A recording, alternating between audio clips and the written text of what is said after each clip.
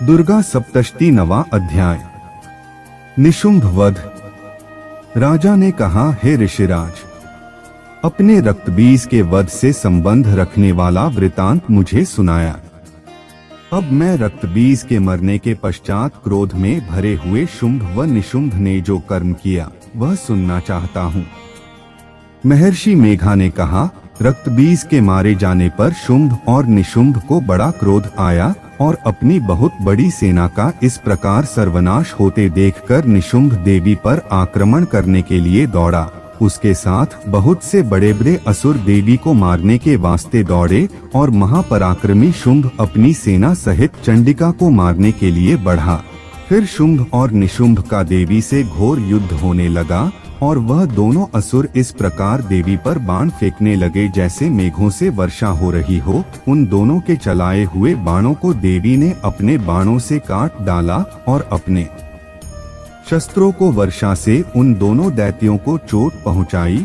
निशुंभ ने तीक्ष्ण तलवार और चमकती हुई ढाल लेकर देवी ने अपने क्षुरप्र नामक बाण ने निशुंभ की तलवार व ढाल दोनों को ही काट डाला। तलवार और ढाल कट जाने पर निशुंभ ने देवी पर शक्ति से प्रहार किया। देवी ने अपने चक्र से उसके 2 टुकड़े कर दिए। फिर क्या था, दैत्य मारे क्रोध के जल भून गया और उसने देवी के मारने के लिए उसकी ओर शूल फेंका, किंतु देवी ने अपने मुक्के से उसको चूर चूर कर डाला। फिर उसने देवी पर गदा से प्रहार किया। देवी ने त्रिशूल से गदा को भस्म कर डाला। इसके पश्चात वह फरसा हाथ में लेकर देवी की ओर लपका। देवी ने अपने तीखे बाणों से उसे धरती पर सुला दिया। अपने पराक्रमी भाई निशुंभ के इस प्रकार से मरने पर शुंभ क्रोध में भरकर मारने के लिए दौड़ा। वह रथ में बैठा हुआ उत्तम आयुधों से सुशोभित अपनी 8 बड़ी बड़ी भुजाओं से सारे आकाश को ढके हुए था।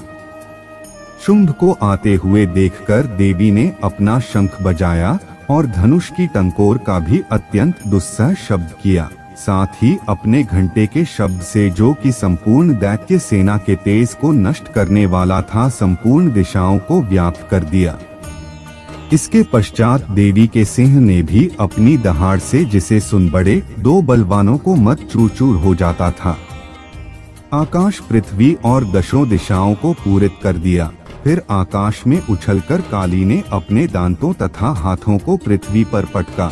उसके ऐसा करने से ऐसा शब्द हुआ जिससे कि उससे पहले के सारे शब्द शांत हो गए। इसके पश्चात शिवदूती ने असुरों के लिए भय उत्पन्न करने वाला अट्टहास किया, जिसे सुनकर सब दैत्य थर्रा उठे और शुंभ को बड़ा क्रोध हुआ। फिर अंबिका ने उसे, अरे दुष्ट, खड़ा रह कहा तो आकाश से सभी देवता जय हो बोल उठे।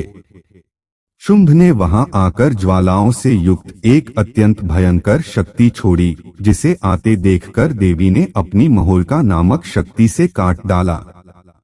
हे राजन, फिर शुंभ के सिंहनाद से तीनों लोक व्याप्त हो गए और उसकी प्रतिध्वनि से ऐसा घोर शब्द हुआ जिसने इससे पहले के सब शब्दों को जीत लिया। शुंभ के छोड़े बाणों को देवी ने और देवी के छोड़े बाणों को शुंभ ने अपने बाणों से काट सैकड़ों और हजारों टुकड़ों में परिवर्तित कर दिए।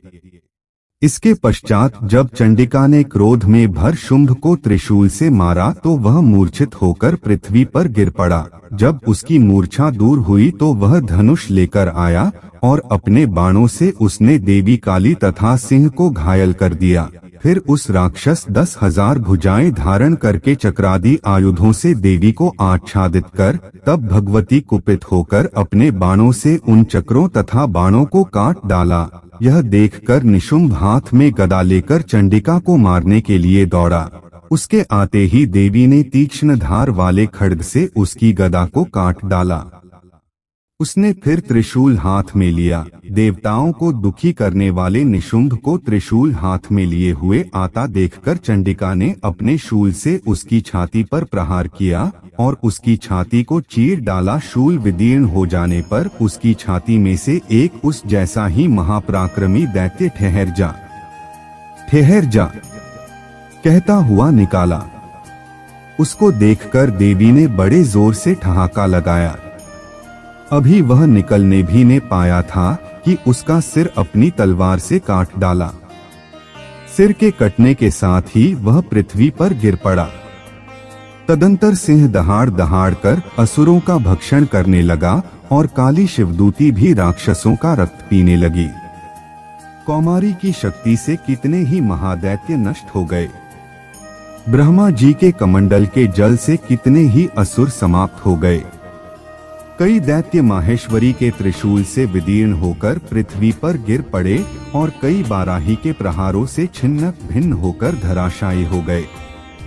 वैष्णवी ने भी अपने चक्र से बड़े 2 महापराक्रमियों का कचूमर निकालकर उन्हें यमलोक भेज दिया और ऐन्द्री से कितने ही महाबली राक्षस टुकड़े 2 हो गए। कई दैत्य मारे गए, कई भाग गए, कितने ही काली शिवदूती और सिंह ने भक्षण कर लिए। 9 अध्याय समाप्त।